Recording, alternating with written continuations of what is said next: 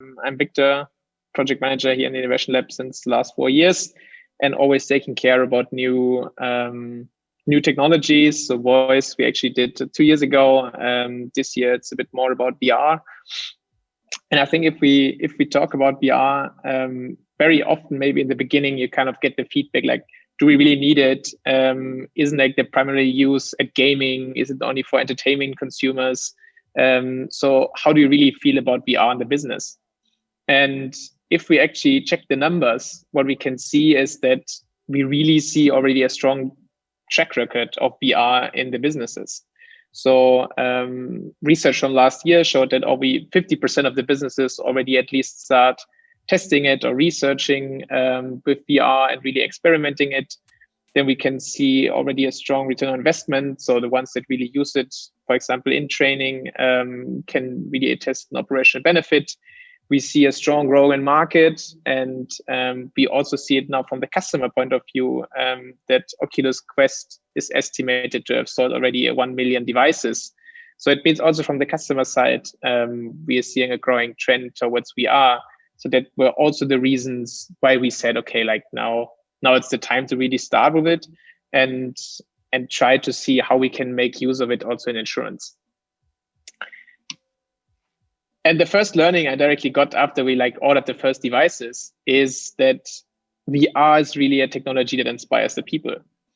It's kind of, you're bringing toys to a little kid, and when you put them the glasses on, everybody is super excited. So the people get super fascinated.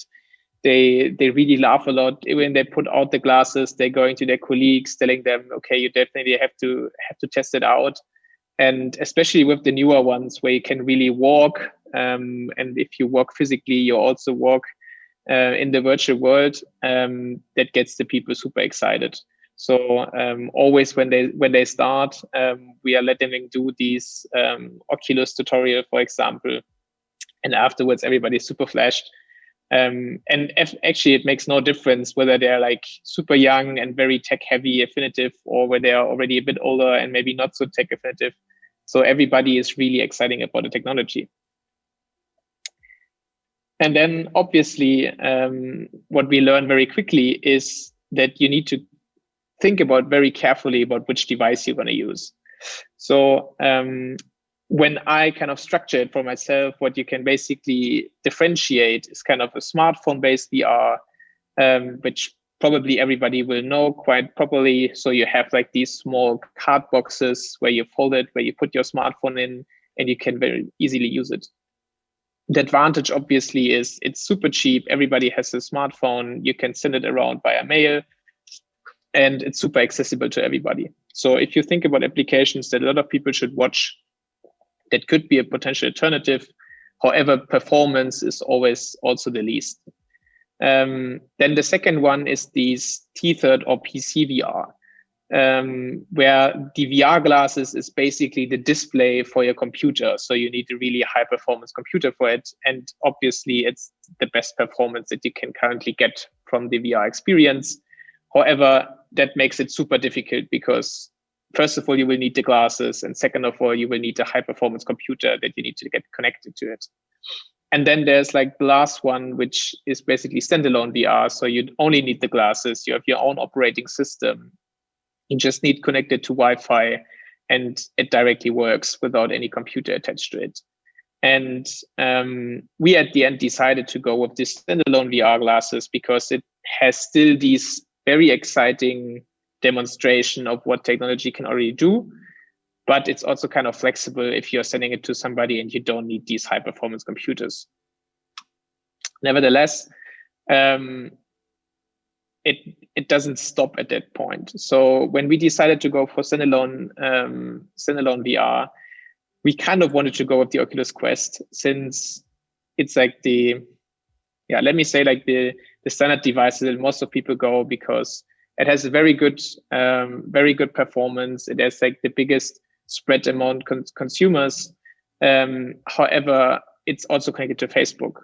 And especially when you're talking about internal topics, you might raise a data privacy issue.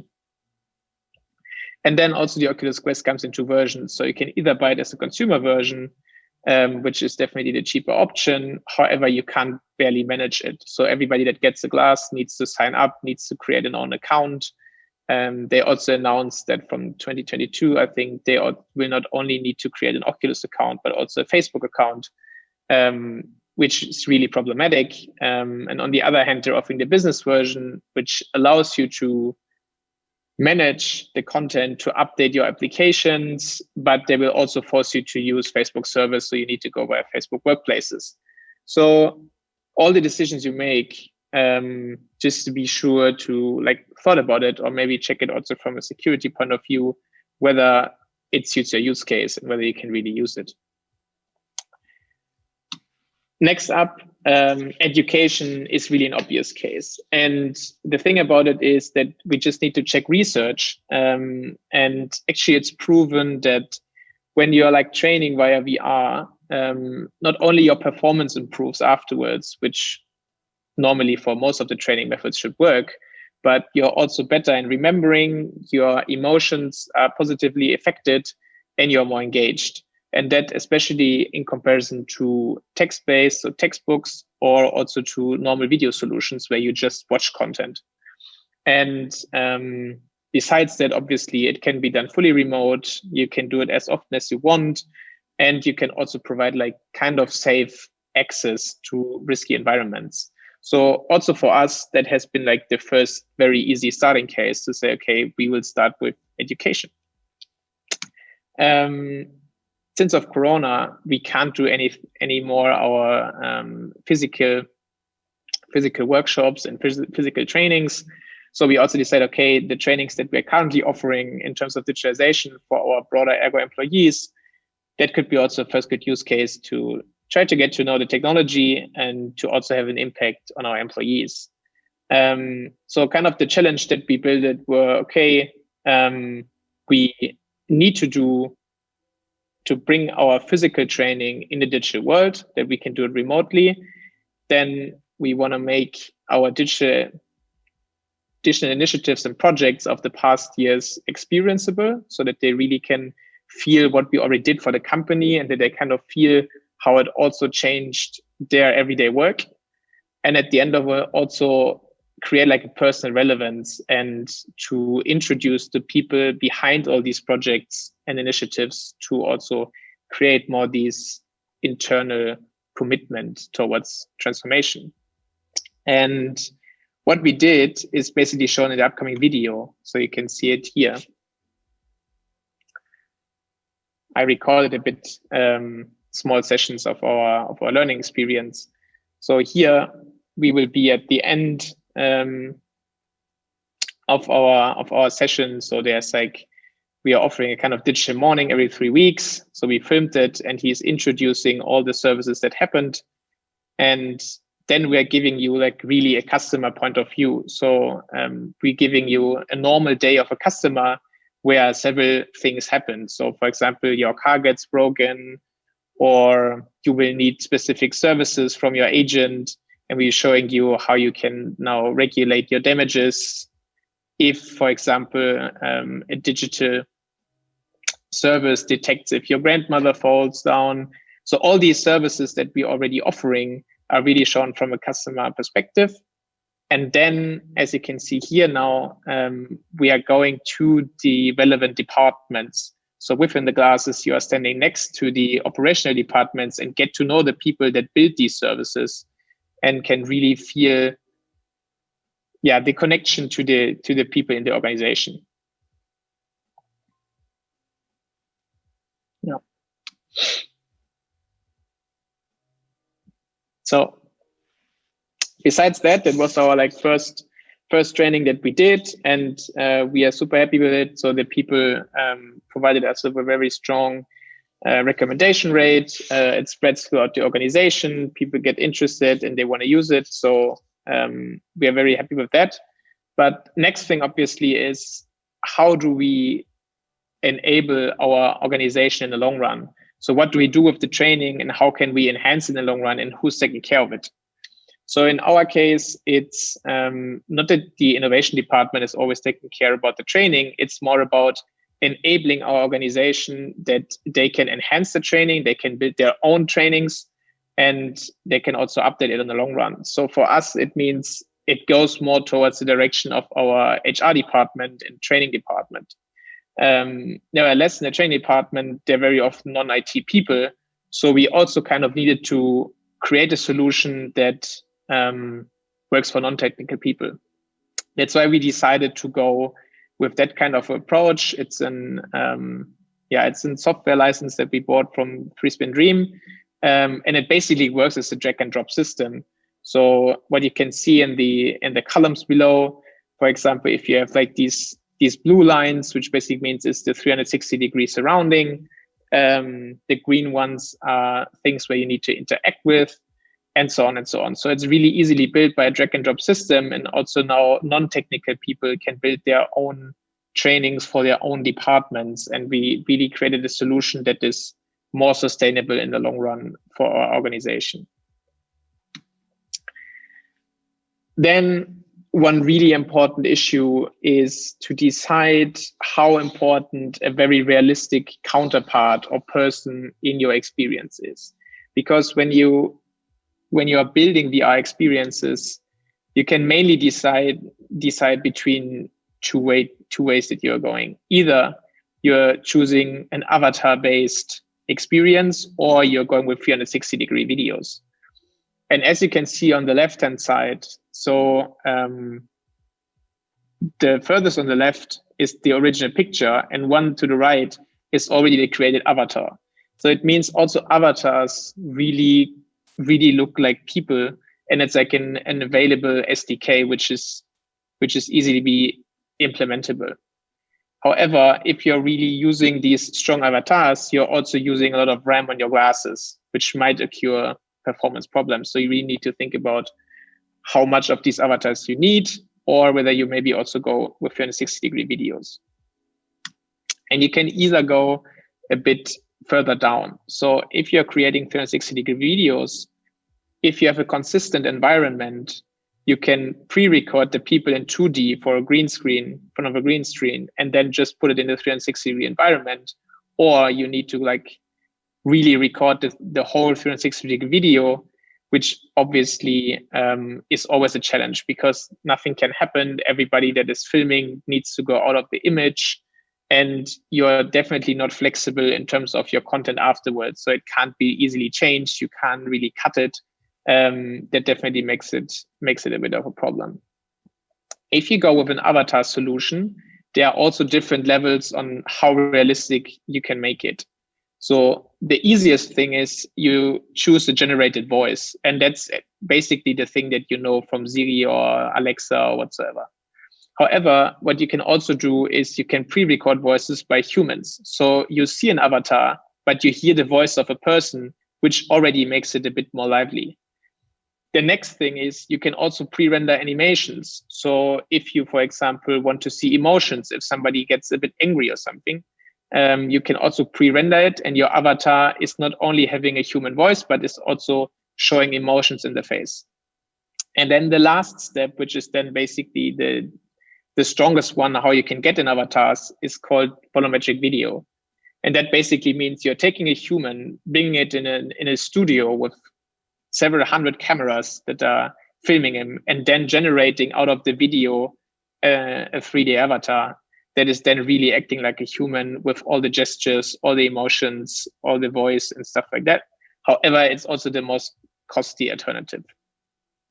In our case, since we also wanted to introduce the people behind the scenes and also to show the people how the customer feels the situation, we decided we wanted to have a 360-degree video because it should have been like as realistic as possible. Then what we also learned is the barrier to build a VR application is still much higher than building normal mobile or web applications. And it mainly has two reasons. So first of all of you basically know these prototyping tools that we know from mobile developments or web developments. Everybody is super used to it. There are a lot of free tools available. You can easily create your click dummies. You can easily test it with users. But in the VR glasses, it's way more complicated. So obviously, it's not that developed as mobile developments, and you can't easily create your click dummy or give it to somebody to test it. And if you create it on paper, you kind of run into the second problem. People are not so good in imagining how that might look like in the VR glasses. So the developments here got way more difficult, and we kind of tried to use that through a lot of interviews. And with the drag and drop solution, we kind of solved a bit the prototyping issue. But if you're really developing a full Unity application, that might be a problem that could occur to you. Then next up, and it was mainly driven also due to COVID, is the topic of VR meetings. And once we tried it out, at first, you can definitely say that it definitely has superior performance to web meetings. So, for example, you can experience spatial sound. So if I'm standing close to you, I hear you loud. If I'm staying far away, I'm just hearing you very calm. If I'm staying on your right side, you will hear me on your right ear. If I'm standing on your left side, you will hear me on your left ear. You kind of have this feel of presence. So if I'm getting really close or if I'm really far away, you will feel that you have the chance to have these surprising meetings. So you can just move around the room. You can go to different rooms. You can like stand outside. Somebody can come to you. It's not that somebody needs to connect you via Zoom. You need an invitation or anything. It's more that you can really move around the room and you can meet people surprisingly. So what usually happens at events and what really got lost through web conferences. And a lot of people are already experienced it. For example, 2 weeks ago, there was the Burning Man Festival, and a lot of people just met in VR and then kind of created this bar moment where a lot of people just met and had like these surprising meetings again that usually just happens in real life events and not on web conferences. Lastly, also a huge part in conferences is usually socializing. So either having a drink together or also doing activities. So playing something together, something which really connects the people a bit more. And the good thing is that there are really a lot of tools and softwares already available. I just took out like 4 things that came across and that also serve different purposes. So on the top and left corner, you can see Arthur, which is a solution that actually focuses really strongly on workshops. So you can create whiteboards, you can create post-its, you can stick it on walls. You will really see a human avatar next to you. It's based on your selfie. You're also creating these consistent rooms. So if you put in your post-its and you come back next day, it's still the same as you experience in real life. However, for example, it lacks the functionality that, for example, Engage offers you in terms of conferences. So if you want to have moderator functionalities, if you want to mute somebody, if you want to connect Q&A sessions and stuff, you would probably go more with Engage. Or if we look at Meet in VR, for example, on the bottom right, it has more these table-like atmosphere where you're really sitting at the fixed table and have the impression that somebody is sitting in front of you on the other side of the table, and you can have a discussion with them. Unfortunately, we also have to be honest about there are like still a lot of limitations towards the VR meetings. First of all, it's still about a bit of comfort. So the device is still relatively heavy. So a lot of people will say that after some part, the weight in front is putting the head down. So it's getting really uncomfortable wearing them. And also for spectacle wearers, it's really an issue because they need to kind of watch through 2 glasses. Then if people are not used to VR, usually after 30 to 45 minutes, they really get kind of tiring and they kind of want to leave the meeting. So it means for first meetings, you never could do something more than 45 minutes. Then, due to the resolution that we are still offering, reading presentations, for example, is always very difficult. So you really need to get close, or the presentation needs to be super huge in the room to make it really accessible and readable to all the participants. And lastly, although VR is kind of intuitive, it still needs a really long onboarding process and an extensive tutorial process for the people to get used to the software, and then really making the most of it. So when we kind of introduced it, all the ones that were first time participants in our meeting still need kind of a half an hour to an hour tutorial before we could really start the meeting, and needed to plan that beforehand. And lastly, and that will be then my closing words, I still think it's currently still primarily used in businesses. And of course, it still has its pitfalls. But on the long run, it definitely has the potential also to grow into a strong customer channel. So we can see that Facebook last week or 2 weeks ago announced the new Oculus 2 with a higher resolution. We could see that Apple is buying these live sports company, and talking especially about Germany. If Apple is bringing out the service, for example, for 360-degree live soccer games, that definitely will be a huge push also for VR on the customer side. So the price is currently compared to an Xbox or on PlayStation, so it's definitely also affordable. And that's also why we are really thinking about how we will use that in the long run to connect our sales staff via VR also to our customers. And that's basically it. We'll find here my contact details, and yeah, now I'm happy to answer any questions.